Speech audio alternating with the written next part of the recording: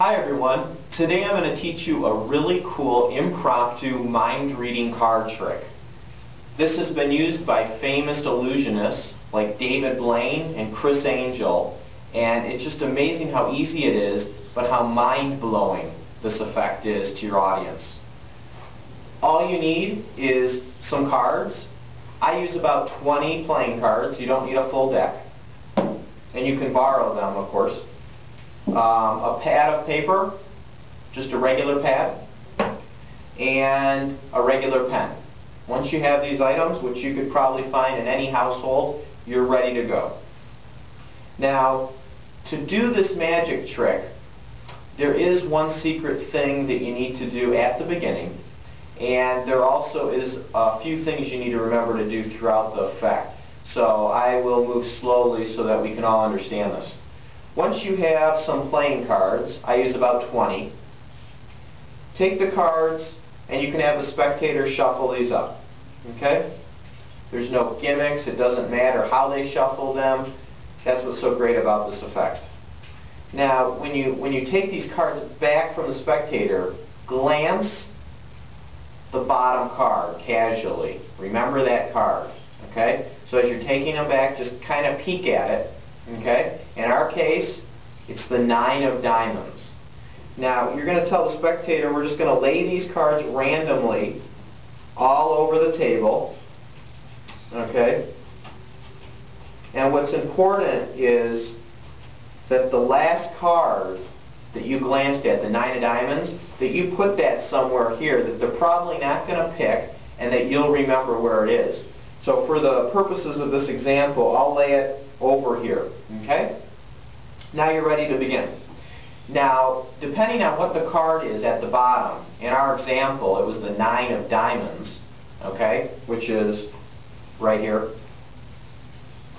You'll start the effect by naming that card. You'll say, can you do me a favor? Touch, and you're talking to the spectator at this point, touch one of the backs of the cards that you think is the 9 of diamonds. Okay? And you tell them not to look at the card, just touch it. So they are thinking it's this one. You lift it up at this point and you say, yep, you got it. That's the 9 of diamonds. Okay? At this point, you put the card down off to the side and you write down, okay, let's just jot down our first prediction here. And write down a 9 and you can make a diamond. Okay? Just so you and the spectator know what's going on. Okay? Now the truth is, the card that you put to the side is really the 5 of clubs. You were lying. Okay? In order to make this trick work, you need to make them believe you're telling the truth, and also you're doing one ahead. It's the one ahead game. Okay? So this is really the 5 of clubs, but they think it's the 9 of diamonds. Okay? Now what you do at this point is you need to remember the 5 of clubs, or whatever your card is, in your mind. Okay? And you tell them, touch the back of a card that you think is the 5 of clubs. So they're thinking, wow, this is pretty amazing if he can do this. So let's say they touch this card. Okay? Don't let them look at it. You pick it up and you look at it and you say, yep, you got it. It's the 5 of clubs. Okay? Now it's really the ace of clubs, but you're lying. Okay? So you put this down, you say, okay, you got it, let's just write it down. The prediction was the 5 of clubs, and you can draw a club, it's up to you. Okay, 5 of clubs. But it was really the ace of clubs. Okay, so what you do at this point is you say, okay, at this point, we are going to look for one final card, which happens to be the 9 of diamonds. Okay? And you tell them that you, the magician, are going to look for this card yourself. Okay? Or excuse me, I didn't mean to say the 9 of diamonds. I'm getting screwed up now. It gets kind of confusing. What you want to do is say, you, the magician, me, is going to find the ace of clubs. Okay? So whatever this last card was you put down, you're going to say, you're going to look for this card now. Okay? Now what you're really doing is you're pulling out that card you put off to the side at the beginning. In our case, it was the 9 of diamonds. Okay? So I'm going to tell them, without looking, I'm going to look for the ace of clubs. And of course, I kind of make a game out of this. I move my hands around, but eventually I come over here. Now, it's really the 9 of diamonds. But I'm going to lie and say, yep, I got the ace of clubs, okay? And then, of course, you write down over here, just to keep things straight, ace of clubs.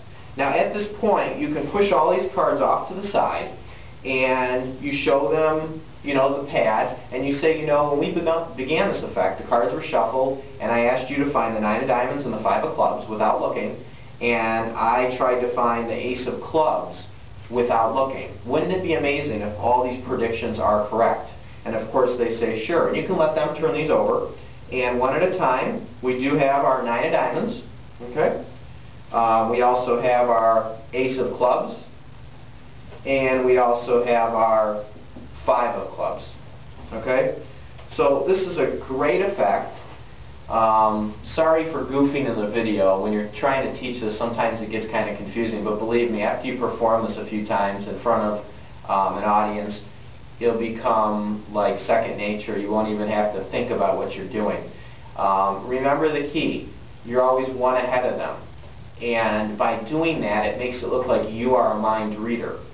I think if they do pick the key card you put off to the side at the beginning, you do need to end the trick at the beginning and just say, okay, great, you got the card. And I don't think you can go any further at that point.